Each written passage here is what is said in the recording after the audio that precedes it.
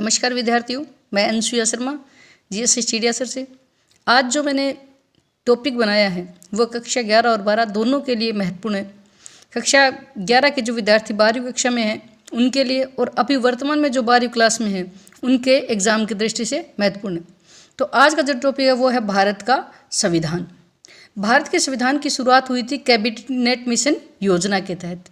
इस योजना के तहत हमने भारत के संविधान का निर्माण किया था, और भारतीय संविधान सभा की जो पहली बैठक थी वो 9 दिसंबर 1946 को हुई थी। और अपने भारत के संविधान के निर्माण में जो समय लगा था वो 2 वर्ष 11 माह और 18 दिन का कुल समय लगा था। अपना संविधान है वो इस समय बन के तैयार हो गया था 2 वर्ष 11 माह और 18 दिन में। उसके बाद संविधान सभा द्वारा इस संविधान को अंगीकृत कब किया गया था? 26 नवंबर 1949 को। इस दिन हमने भारत के संविधान को अंगीकृत, आत्मार्पित और अधिनियमित कर दिया था, और पूर्ण रूप से अपना जो संविधान है वो 26 जनवरी 1950 को लागू हुआ था।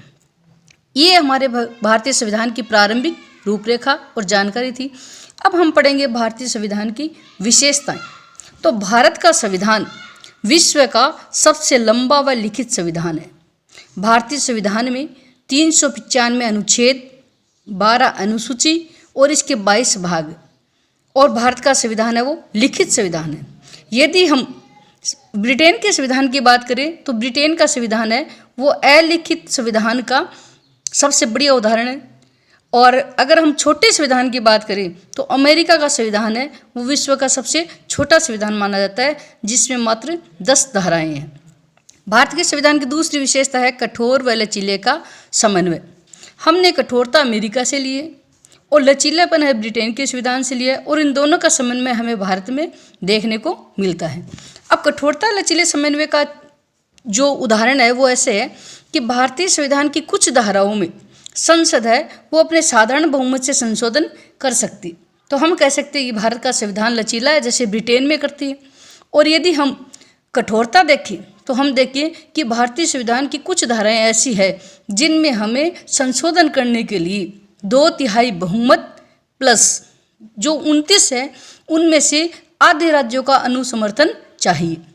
इसके अलावा जो अगली विशेषता है वो है एकल नागरिकता। हमें भारतीय संविधान में सिर्फ संघ की नागरिकता प्राप्त है। इसकी जो इकाई है यानी राज्य है, राज्य की नागरिकता प्राप्त नहीं है। अमेरिका के संविधान में दोहरी नागरिकता है। वहाँ संघ के साथ साथ वहाँ की इकाइयों की भी नागरिकता वहाँ के नागरिकों को प्राप्त है। अगली विशेषता है संसदीय शासन व्यवस्था। संसदीय शासन व्यवस्था वो शासन व्यवस्था होती है जिसमें व्यवस्थापिका और कार्यपालिका इन दोनों में आपस में समन्वय होना चाहिए। ये विशेषता हमने ब्रिटेन से अनुग्रहित की है। संसदीय शासन व्यवस्था हमने ब्रिटेन से इसलिए ली है क्योंकि हम इसके अभ्यस्त हो चुके थे आज़ादी से पहले। अगली विशेषता है पंथ निरपेक्षता।